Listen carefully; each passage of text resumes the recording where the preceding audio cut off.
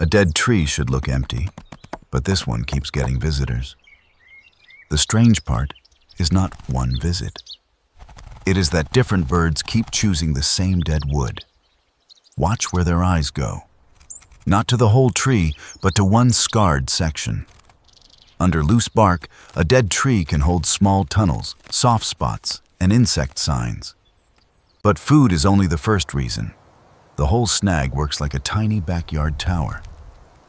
A woodpecker does not need a feeder when the bark itself may hide a meal. Other birds often wait for a safer opening instead of crowding the worker. One bird's tapping can leave clues that another bird checks minutes later. A chickadee may not drill like a woodpecker, but it can read the edges. On a dead snag, height matters. The top, middle, and base can mean different things. A bare, dead branch can make a clear lookout where leaves do not block the view. The clearest clue is sometimes what the bird does before it lands. From bird height, the dead trunk is not just an object. It is a root. The base can tell a different story than the top.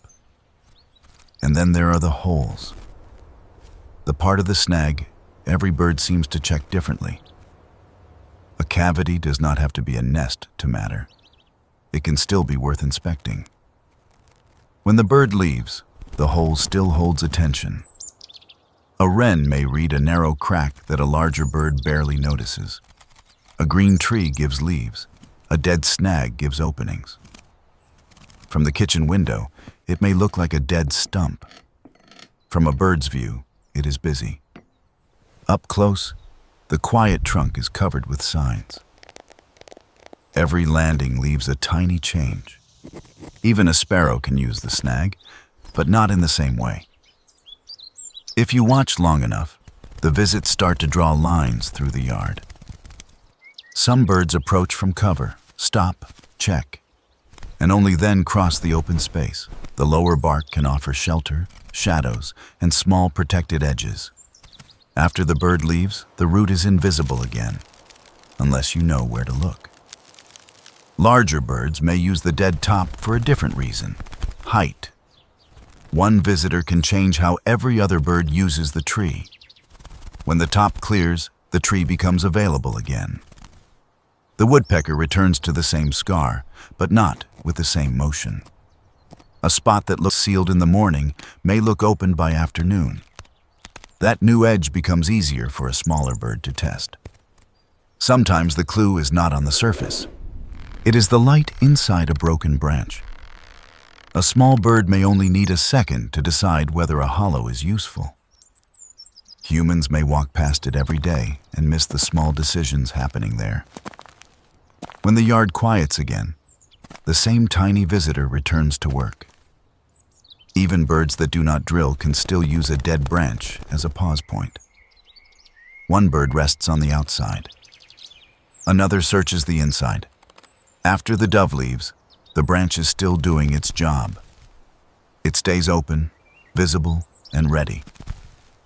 Even a hummingbird may use a bare twig for a brief lookout between movements. But a quick perch only lasts while the yard feels safe. A blue jay may use the snag as both a perch and a checking station.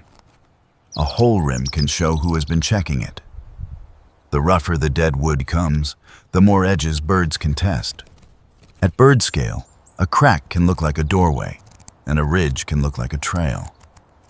Sometimes the bird checks a crack and finds nothing obvious, but it still learns the tree.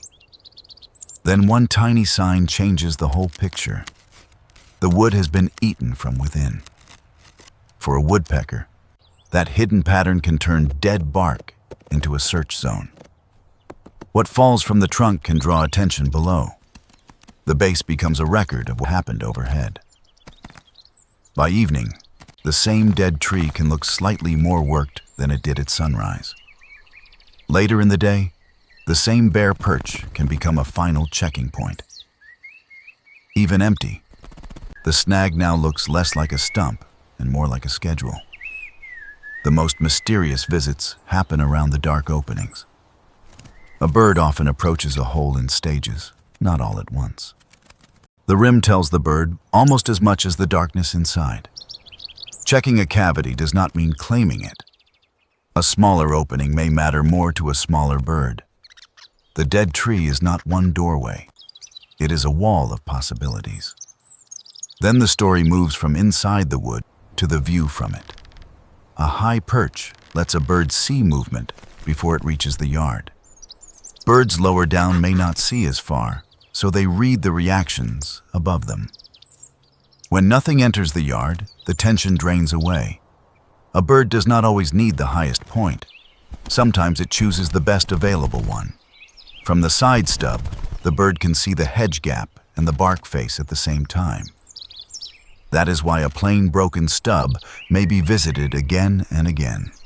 By now, the dead tree is not one mystery. It is several clues stacked together. Then there are the minutes when nothing lands.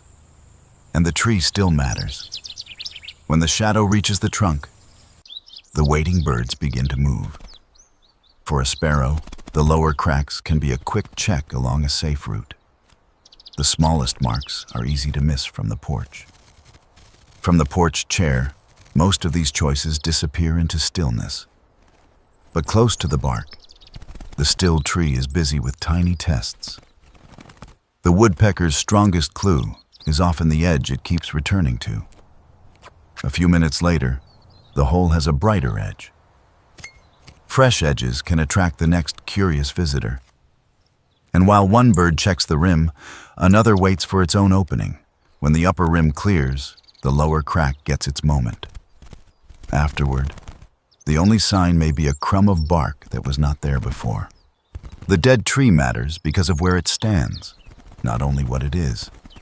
Change the route, and the birds change their choices. The destination stays the same, but the path changes. A familiar tree can be approached from a new angle. The side we rarely notice may be the side birds check most carefully. From the usual window, that whole side is almost invisible. Walk your eyes around the tree, and the story changes. Same tree, different side, different secret. The broken top has its own clues, especially where light passes through. A crow may choose the highest broken edge because it is open, stable, and exposed. A dead branch can offer a perch, but the bird still tests it. The useful parts are often the ones that hold, not just the ones that stand out. Small birds test too, just faster. Loose bark can be a bad step and a good clue at the same time. A woodpecker may return when the surface has changed enough to test again. After the bird leaves, the lifted bark looks wider, and the clue is easier to see. Even birds that are not drilling may still notice a newly opened place.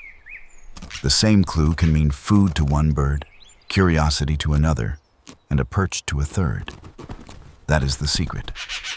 A dead snag can be food shelf, lookout, shelter clue, and route marker. Once you know the clues, the same dead tree stops looking empty. Tomorrow, watch the first landing, but also watch what happens just before it leaves.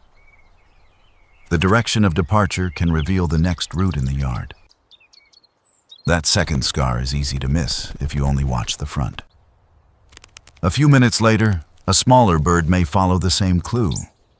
One bird opens a clue, another checks it, and the tree becomes a chain of visits. By evening, the dead tree has held a whole day of small choices. And then, just like the morning, one more bird comes back. It is still a dead tree, but now you can see why it is not empty. If you have a dead snag nearby, watch the same spot twice. Once for the bird, once for the mark. It leaves. Tell me in the comments, do birds in your yard keep returning to one dead branch, stump, or snag? The bird leaves, but the clue stays. A backyard secret is often not hidden far away. It is hidden in what we stop noticing. Watch tomorrow. The first clue may be one tiny pale chip. And if a bird lands there again, do not just ask why. Ask what part of the tree it chose. That is the dead tree backyard birds keep coming back to.